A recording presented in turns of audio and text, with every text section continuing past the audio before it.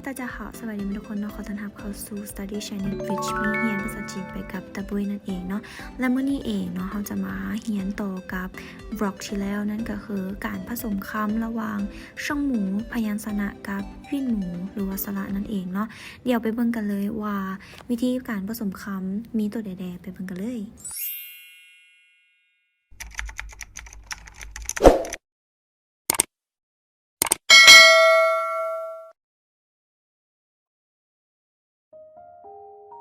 โปโปโปอาปาโปอายปายโปอันปานโปอังปังโปเอาเปาโปเอ้ยเปยโปเอินเปินโปเอิงเปิงโปยีปีโปเยียนเปียนโปเยียวเปียวโปเยเปโปยินปินโปยิงเปิงโปโอโปโปอูปูย้ำอีกทีหนึ่งเนาะว่านี่คือการผสมเสียงระหว่างพยัญชนะกับสระเท่านั้นเนาะตัวนี้เฮายังบ่ทันได้เติมวรรณยุกต์ใส่ทุกครั้งที่อ่านตัวพยัญชนะและสระแมนให้อ่านเป็นเสียงหนึ่งทุกครั้งโพโพโพอาพาโพอายพายโพอานพานโพอังพังโพเอาพาวโพเอ้ยเพยโพเอินเพิ่นโพเอิงเพิงโพยีพีโพเยียนเพียนโพเยียวเพียวโพเยเพ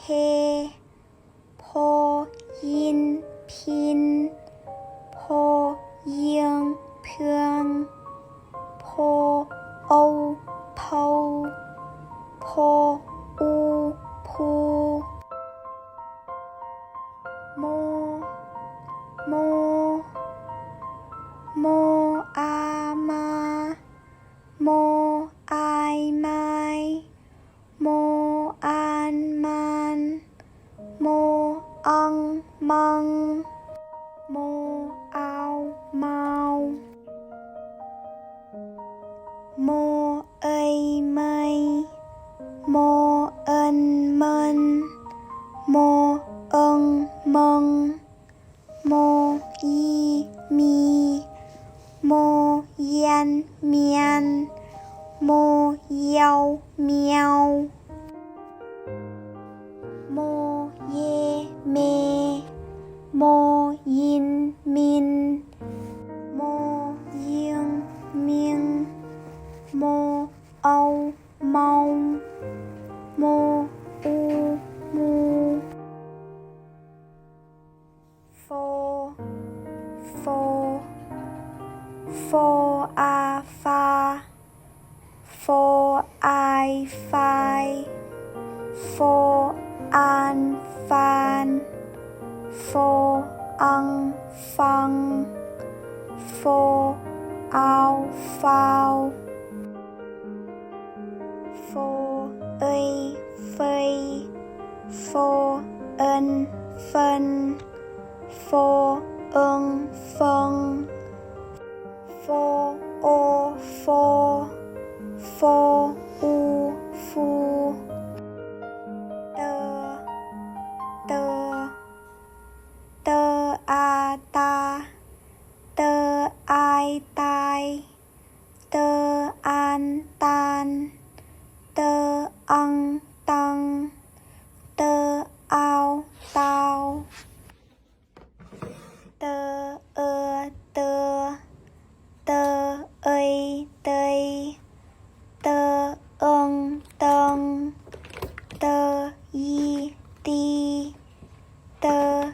ยเตียเตเยียวเตียวเธอเธอเธออาทาเธออายทายเธออานทานเธออังทาง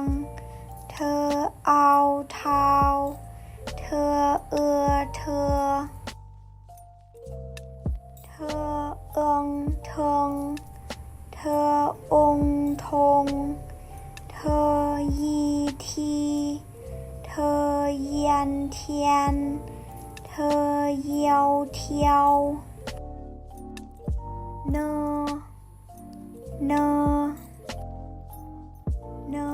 อานาเนเนโอโนเนยิวนิวเนเยียวเนียวเนเยียนเนียนเนอานนานเนเอินเนินเนเอิงเนิงเนยีนีเนองนงเนอูนู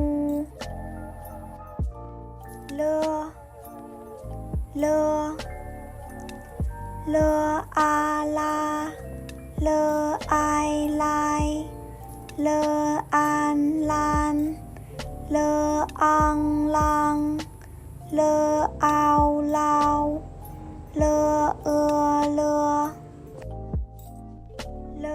เอยเลยเลเอิงลงเลองลงเลยิวลิวเลอุนลุนเล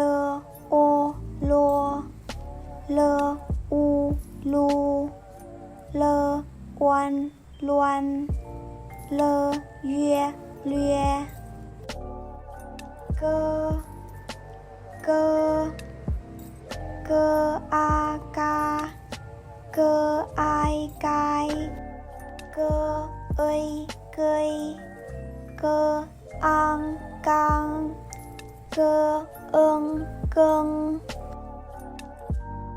เกอเกอเอาเกาเกออูกูเกอวากวาเกอไวกวายเกออวนกวน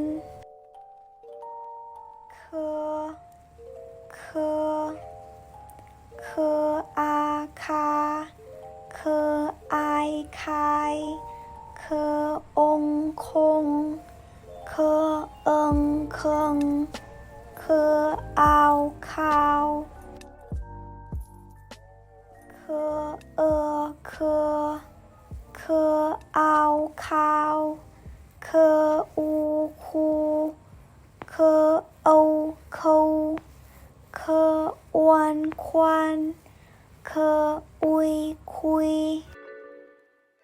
มาฮอดตัวที่ว่าปุ้ยก็คิดว่ามันยากที่สุดละเพราะว่าที่เคยสอนมาแล้วนักเรียนจะบ่ได้ตัวนี้หลายส่วนหลายแบบท้อใจไปเองจนใส่เสียงว่าเฮอนั่นเองเนาะใส่เป็นฮอเฮือนแต่ว่าที่จริงแล้วมันบ่แม่นเนาะมันจะออกเป็นฮอเฮือนผสมกับคอควายนั่นเองลักษณะของเสียงก็จะประมาณแบบคนนอนโกนแล้วเสียงมันจะมีลมซีดออกมาทางหูคอเนาะหรือถ้าผู้ใดที่อยากใส่เทคนิคง่ายๆกว่านี้ก็คือใส่แบบคล้ายๆคือว้าวระดับจริตไปน้ำเนาะแล้วลิ้นเสียงแบบสั้นๆอย่างประมาณนี้เนาะเดี๋ยวมาลองเบิ่งกันว่ามันจะออกเสียงแบบไหนคืออาคาคือไอไข่คือไอเคยคือคือเอินเคินคือเอิงเคิงคืออันคันคืออังคังคือองคงคือวาควาคือเอาเขาคือไวควายคือวันควันคืออุยคุยคือโอคัวค ย้ำอีกทีนึงเนาะเสียงตัวนี้มันจะอยู่เทิงหูคอเนาะก็เป็นคล้ายๆคือเสียงที่เขาตันดังหรือว่าเป็นเสียงที่คนนอนโกนนั่นเองเนาะพยายามเฮ็ดให้เสียงนี้ให้ได้จีจีจีจีจียาจาจีเยียนเจียนจียังเจียงจีเยาเจียวจีเยเจจียุนจุนตัวนี้เนาะเป็นหยังคือออกเสียงตัวจุนที่มี2จำย้อนว่าตัวจีเนาะจะผสมกับยูบ่ได้นั่นเองเพราะฉะนั้นแล้วตัวที่เขาเห็นเนาะก็คือตัว2จำเพราะว่าถ้าเอาตัว2จำมาผสมกับตัวจีเมื่อใดให้ลบ2จำออกทันทีเนาะแต่ว่าเสียงยังคงคือเก่าจียินจินจีเยียงเจียงชีการออกเสียงตัวนี้เนาะเน้นไส้ลมทางออกมาให้หลายๆที่สุดชีเยเชชีเยเชชีเยียนเชียนชีเยียวเชียวชีเยียงเชียงชียินชินชียูชิวชียูชี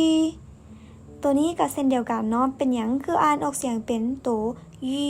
ย้อนว่าตัวนี้ตัวคิวเนาะหรือว่าตัวชีนี่ผสมกับตัวยูบ่ได้นั่นเองเพราะฉะนั้นเวลาที่มันเอาผสมกับตัวยูมันจะต้องได้ลบ2จำออกนั่นเองเนาะชีเยียนเชียนชียุนชิน2ตัวสุดท้ายนี่กับเส้นเดียวกันเนาะเทคนิคเดียวกันกับการผสมกับยูนั่นเองคือต้องลบ2จำออกนั่นเองเนาะซีตัวนี้การออกเสียงบ่มีลมเนาะซียาเซียซีเยียวเซียวซีเยเซซียุนซุนตัวสุดท้ายเทคนิคเดียวกันเนาะคือตัวซีผสมกับตัวยูบ่ได้เนาะแต่มันจะมีตัวยูเข้ามาแทนแล้วเราต้องลบ2จำออกแต่เสียงยังคงคือเก่าซีเอิงเซิงซียิงเซียงซีเย่เชื่อซียูชูซียูซิวจืออย่าลืมเนาะเวลาออกเสียงตัวนี้พยายามให้แขวเบื้องเทิงกับเบื้องลงติดจอดกันให้หลายที่สุดแต่บ่ถึงกับกัดเนาะจือเจอจืออา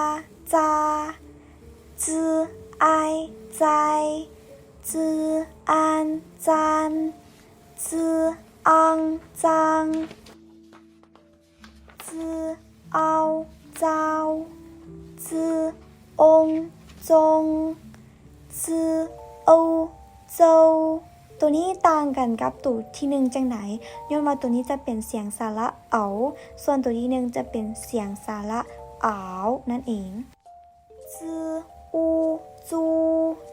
จือเจอจือเจินตัวนี้ก็เน้นการทางลมเอาอีกแล้วเนาะชื่อเชอชื่ออันชันชื่ออังชังชื่อเอิงเชิงชื่อองชงชื่อเอาเชาชื่ออุนชุนตัวนี้เนาะเขาจะบ่เน้นเสียง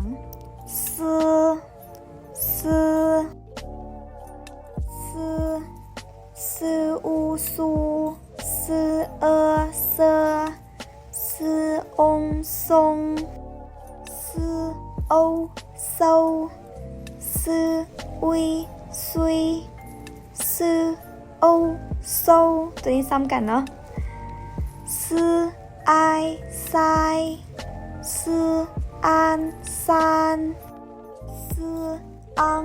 ซังซื้ออ้วนส่วนซื้ออุนซุน